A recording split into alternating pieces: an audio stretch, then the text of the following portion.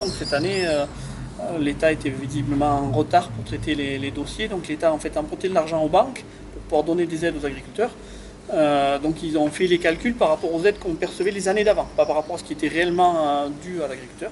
Donc du coup, un grand nombre d'agriculteurs ne savent plus ce à quoi ils ont droit, s'ils ont tout perçu, s'il y a encore de l'argent à rentrer, ils sont un peu perdus. Donc la plupart de ces données existent, mais elles sont sur Internet. Il faut être conscient que la majorité des agriculteurs ont arrêté les études avant qu'Internet existe. Donc ils ne sont pas forcément familiarisés avec ces outils-là, donc ils n'arrivent pas à aller chercher les informations. Et puis M. Verriac à la DLT nous a expliqué qu'en plus, dans certains cas, ces informations n'existent même pas. Elles n'ont pas été publiées, donc ils ne peuvent même pas y avoir accès. Donc on a un grand nombre d'agriculteurs qui ne sait pas le nombre de vaches primées qu'ils ont eues, qui ne sait pas l'argent qui va encore arriver, quand est-ce qu'il va arriver.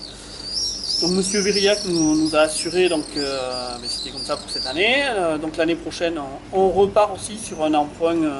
Enfin, l'État va de nouveau emprunter aux banques pour pouvoir verser l'argent aux agriculteurs, mais que bon, tout a été mis en place, ils auront les outils pour que le cahier annoncé, le calendrier annoncé pour le 2016 soit respecté. Donc en octobre, on devrait percevoir 90% des aides auxquelles on a droit.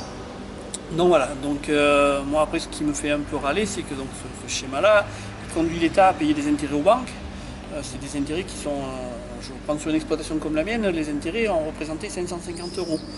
Si on multiplie ça par plus de 4000 fermes dans le Cantal, si j'ai une ferme à peu près moyenne, on va dire que ça fait 2 millions, 2 millions et demi d'intérêts pour le Cantal que l'État paye aux banques. Donc il aide aussi les banques. Donc moi je préférais que cet argent-là il arrive aux agriculteurs plutôt qu'aux banques. Et à la limite, s'il ne pouvait pas arriver aux agriculteurs parce qu'il y a des dossiers trop lourds à traiter, j'aurais préféré qu'avec cet argent-là, on embauche des gens pour traiter les dossiers.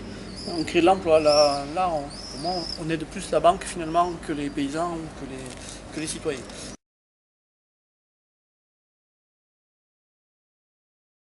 Donc sur 4500 fermes à peu près du Cantal, il y en a 1 millier selon la DDT qui est autonome. Autonome. Pour arriver à faire ces déclarations.